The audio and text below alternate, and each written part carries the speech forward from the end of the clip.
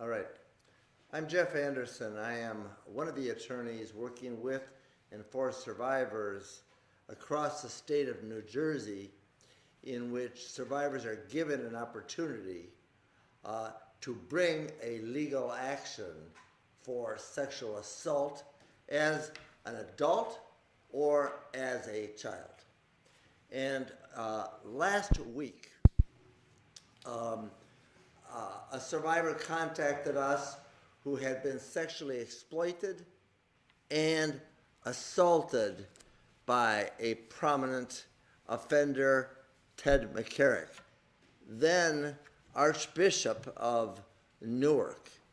And on his behalf, we filed a lawsuit against McCarrick, against the Archdiocese of Newark, and the other organizations responsible for allowing this offender to roam the landscape and be the Archbishop of Newark.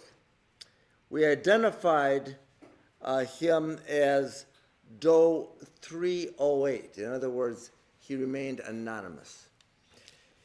This lawsuit recites how when he was in formation, that is, in preparation for becoming a priest in the Archdiocese of Newark, it was then Archbishop Ted McCarrick who was allowing him and mentoring him and ultimately had the power over him to allow him to become a priest. He did. And it was in preparation for that McCarrick used his position as the Archbishop over him to assault and coerce and exploit him. At that time, he was in his 20s. And for 35 years to this day, he has suffered in degrees of silence and secrecy. And last week learned that in New Jersey he could take action and contacted us. And we brought this suit. Under Doe 308. Over the weekend,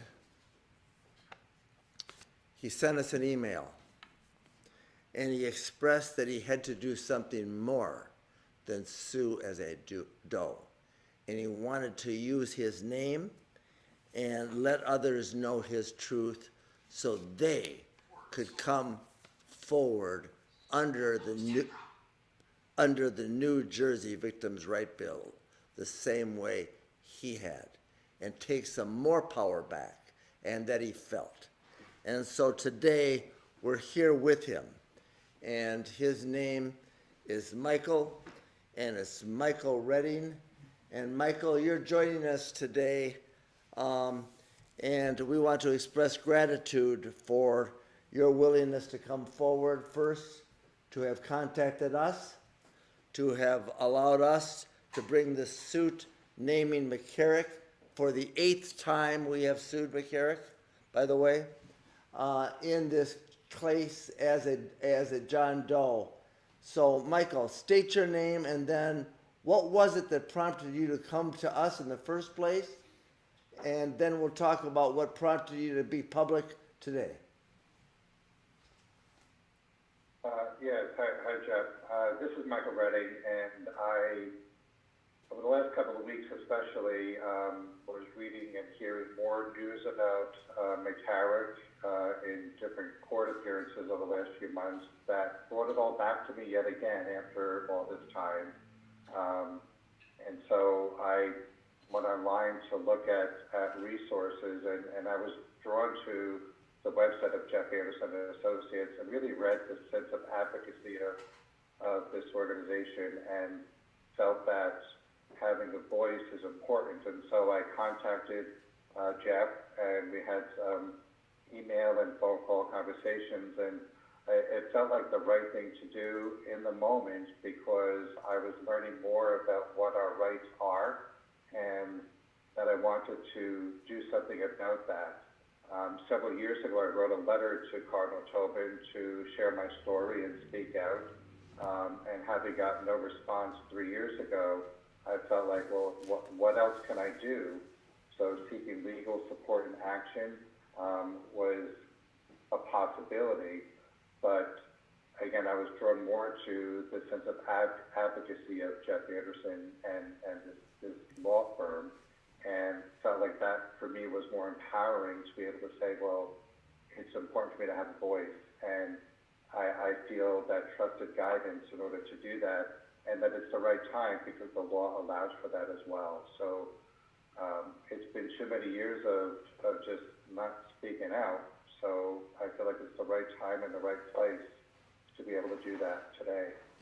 Well, thank you, Michael, first for sharing some of this journey with us today and being willing to go public. When you first contacted us, we filed your case as a John Doe, Doe 308, to protect your privacy because survivors can under the New Jersey Victims' Rights Bill. And then over the weekend, you contacted us and said, I have to do more. I want to come forward and use my name. And that's when we said, well, then let's assemble and do exactly what we're doing today.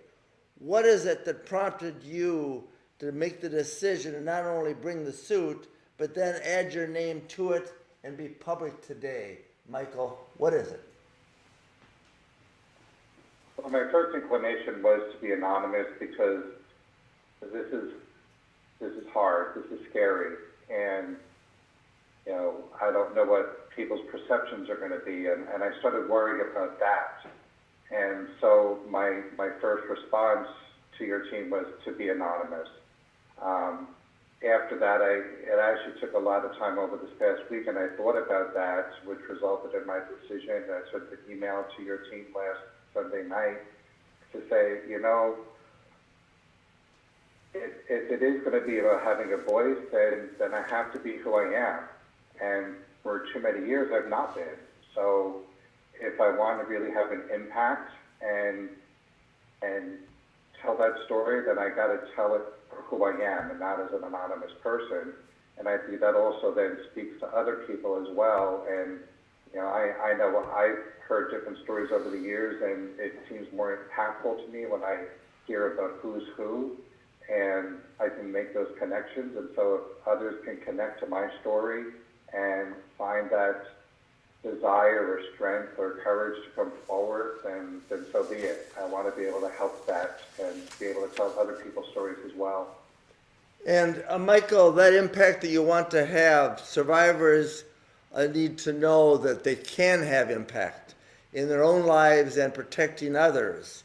But in New Jersey, under the Victims' Rights Bill, the time to do that is short. And it's a matter of days in which you can call, as Michael did, us or others, to take some action and have some impact, anonymously as he did, or however. But it expires, and any rights that a survivor has to sue and have any impact expires in days. And the deadline is November 30th, which means you have less than 7 days to act and have impact. And that's part of why Michael came forward, and the other reason to have used his name and shared his story with us, because here he kneels before the offender that abused his power, then Cardinal Archbishop of Newark, Ted McCarrick, and there he is as a young aspiring to be priest, where he was made a priest and did practice as a priest for 7 years, and then knew that that was not his calling for reasons that are understandable, and since that time had suffered in silence and secrecy largely. And then 2018, as you heard Michael say, you wrote this letter to Cardinal Joseph Tobin, the Archbishop of Newark, in 2018, and you recited that you had been exploited by McCarrick. Did you hear back from Cardinal Tobin, then and now the Archbishop of Newark? And was anything done responsive to your letter, Michael? I never heard back. I got no response. So Michael chose to take action, and he chose to do it under the New Jersey Victims' Rights Bill that expires very soon. There are 3 other cases that we have brought and filed this week on behalf of adult survivors of sexual assault and exploitation, because the New Jersey Victims' Rights Bill allows those assaulted and abused as children and as adults, as was Michael, to sue and bring legal action. And we have named 3 additional priests in separate actions, and we want to put their names out there. Father Frank Fellrath, Fellrath. He's now at and living in, working as a minister at St. Thomas the Apostle in Old Bridge, New Jersey. 2 cases have been filed pertaining to him. He's still a priest and active in ministry. Fellrath is his name. We also served and identified another offender and filed a complaint on behalf of a survivor, anonymously identifying Father Paul Perrotta, Perrotta,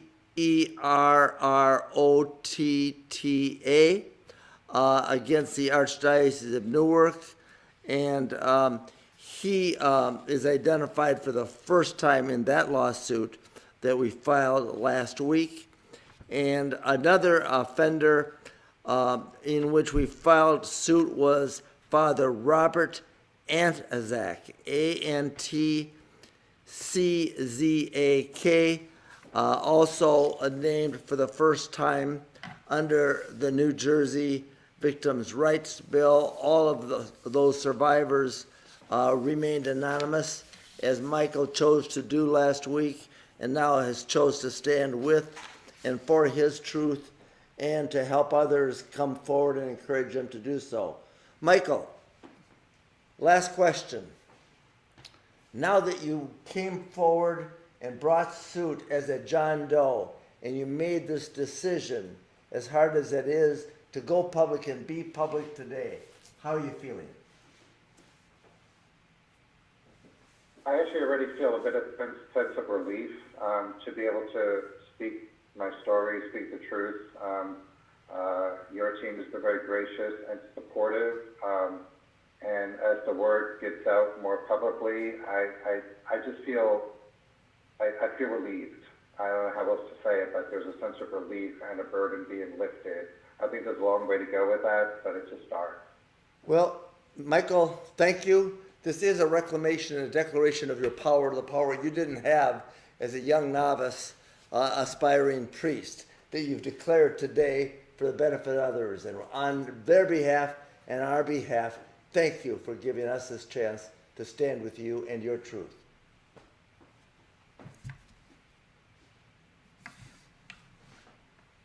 Thank you, Michael, and thank you, Jeff. Now we'll get to the Q&A portion of the press conference. We have a few questions that have been submitted on chat, and after that, I will allow anyone on the line that wants to go off mute and ask a question to do so. The first question is, what is Michael's age and where is he living now, if he feels comfortable sharing that? Michael, did you hear the question? How old are you and where are you living right now? I did hear that question. I am 61 years old, and I live in Kenmore, Washington, which is just outside of Seattle. And it is 35 years ago this week that McCarrick committed the sexual assault and exploitation of this young man. 35 years ago this week, correct, Michael? I was ordained a priest by McCarrick 35 years ago yesterday. Yeah, okay. Thank you, Michael. Thank you, Jeff. Next question is, how many lawsuits have we as a This is the eighth lawsuit that we have filed against McCarrick, in which McCarrick exploited adults, as he did in this case an aspiring priest, Michael Redding, and 7 before this case, a total of 8 so far that we have filed, in which McCarrick, beginning in the 1960s through the 1990s, engaged in exploitation with the permission and safe harbor given him by countless superiors across the country and in Rome. So this number is number 8, and we know that a dozen have been filed altogether, and we also know that we have filed on behalf of dozens of survivors across the state of New Jersey under this law. And we know days are left in which survivors can. Thank you, Jeff. Last question in the chat is, what happens if a survivor wants to take legal action after the deadline?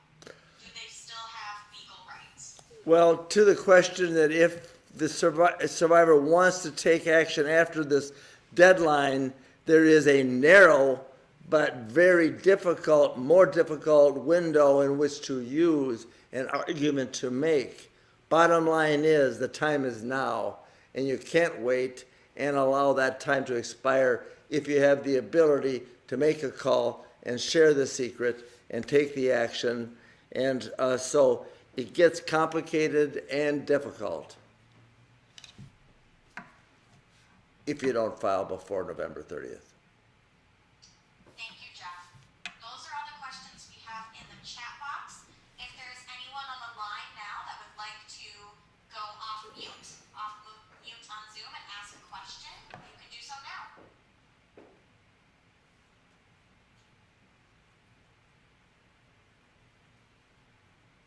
Hi, this is Kelly Hayport at the Star Ledger in New Jersey. Mr. Redding, you've talked before about the incident on the beach in Seagirt with Cardinal McCarrick, and I assume that's the basis of your allegations here in this lawsuit, or are you making any additional allegations to what you've already publicly discussed?